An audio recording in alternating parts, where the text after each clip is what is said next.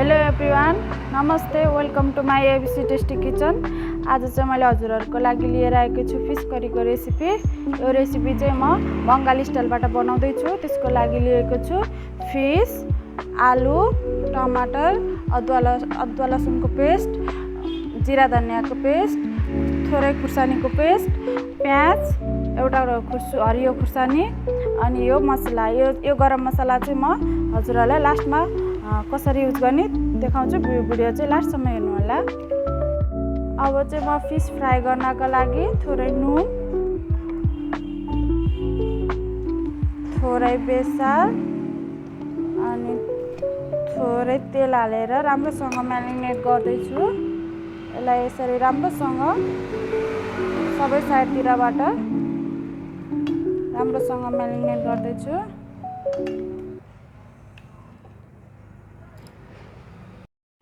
यता फिस राम्रोसँग म्यारिनेट भइसकेको छ।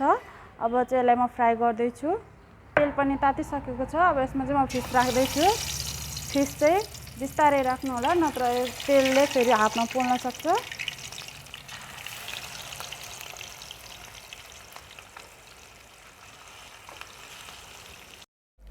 फिस चाहिँ दुवै साइडबाट राम्रोसँग फ्राई भइसकेको छ। म चाहिँ यसलाई अब झिक्दैछु।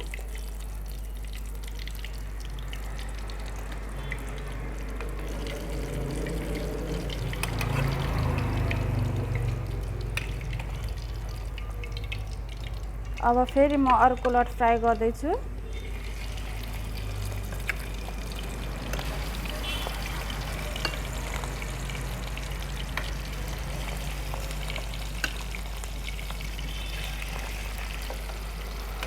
अब यसलाई पनि एकछिन फ्राई गर्न राख्नु होला। एक साइड राम्रोसँग फ्राई भइसकेको छ। यसलाई चाहिँ मैले अब अर्को साइड फ्राई गर्दैछु।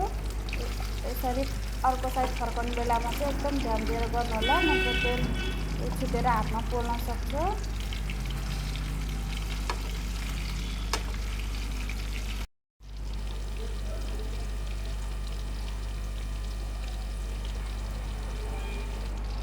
सकेको छ।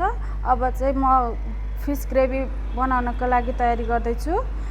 त्यसको लागि चाहिँ अघि मैले जुन फिस फ्राई गरेको थिएँ त्यही तेल युज गर्दैछु। त्यही तेल युज गर्दा चाहिँ स्वादमा एकदम मिठो हुन्छ।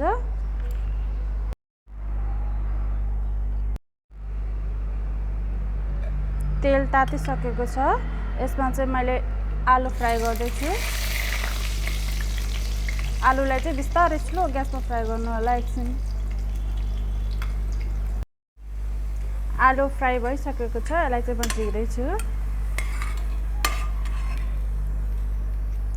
आलु झिकेपछि यही तातो तेलमा थोरै जिरा राखेर फुराउँदैछु।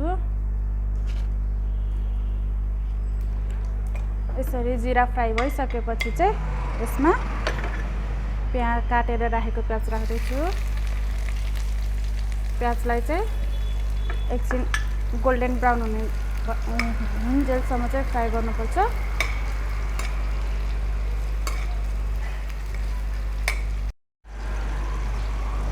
यतिको ब्राउन भइसकेपछि चाहिँ अब यसमा मैले चाहिँ अदुवा लसुनको पेस्ट राख्दैछु।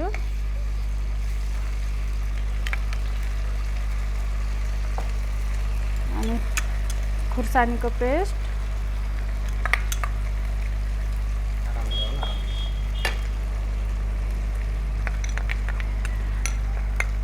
जिरा धनियाँको पेस्ट, यसलाई राखेर राम्रोसँग फ्राई गर्दैछु।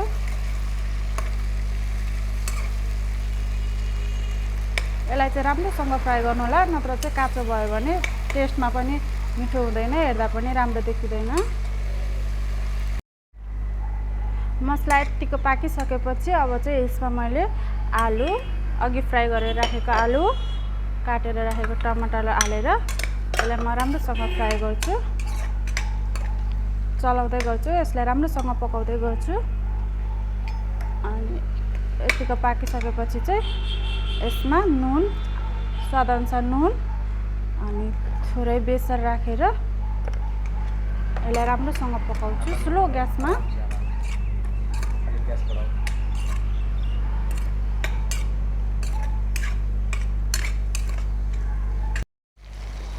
यतिको मसला पाकिसकेपछि यसमा चाहिँ मैले थोरै पानी राखेर राम्रोसँग चलाएर यसलाई म अब ढक्कन लगाएर एकछिन 1-2 मिनेटको लागि आलु टमाटर सबै मसला पाक्ने गरी छोपेर राख्छु।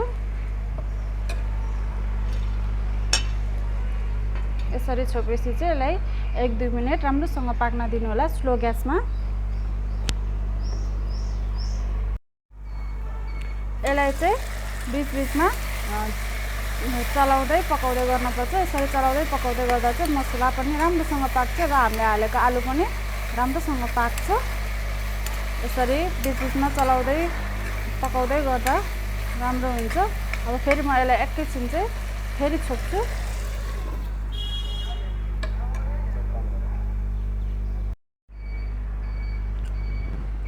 यसलाई चाहिँ म खोलेर हेर्दैछु। हाम्रो मसला चाहिँ पाकिसकेको छ। यसमा चाहिँ अब आलु पाकेको पाकेन म चेक गर्छु। आलु नै लगभग पाकिसकेको छ। अब चाहिँ यसमा ग्रेभीको लागि कति आवश्यकता अनुसार पानी राख्दैछु।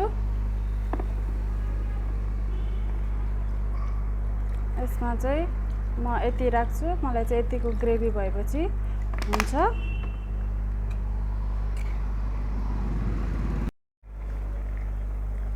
यता झोल उम्लिसकेको छ। यसमा चाहिँ अब म फिस राख्दैछु। यसरी राम्रोसँग झोल उम्लेपछि फिस राख्दा चाहिँ स्वादमा अझै मिठो हुन्छ। चिसो झोलमा हाल्यो भने चाहिँ स्वाद अझै मिठो हुँदैन, त्यति धेरै मिठो हुँदैन। यसरी उम्लेको झोलमा हाल्दा चाहिँ एकदम मिठो हुन्छ। यसरी फिस राखिसकेपछि चाहिँ अब एकछिन माथिबाट झोलले यसरी माथिबाट कभर गरिदिनु हल्का हल्का। अनि यसलाई चाहिँ ढक्कन लगाएर एकछिन 2-3 मिनेट हामी पकाउँछौँ।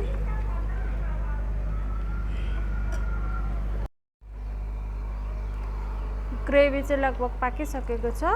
अब चाहिँ यसमा मैले गरम मसला राख्दैछु। अघि जुन मैले देखाएको थिएँ लौङ, इलायची र दालचिनीलाई मैले हल्का तातो बनाएर अनि थालमा यसरी डस्ट बनाएर हाल्दैछु। यसरी डस्ट बनाएर हालेपछि यो मसलाले चाहिँ स्वादमा अझै एकदम मिठो बनाउँछ, बास्ना पनि एकदम मिठो हुन्छ।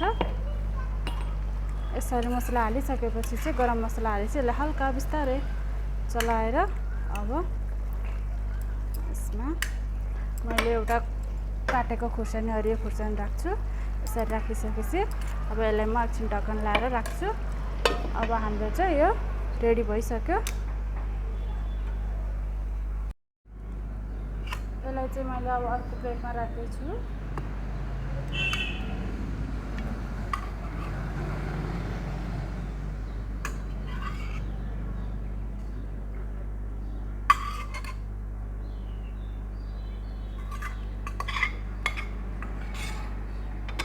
ग्रेभीलाई यसरी माथिमा राखेर गार्निसिङ गर्छु।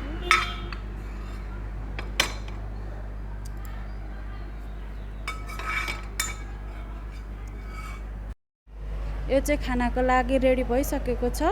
यसलाई चाहिँ भातसँग खाए पनि हुन्छ, रोटीसँग खाए नि हुन्छ। यो चाहिँ एकदम मिठो हुन्छ।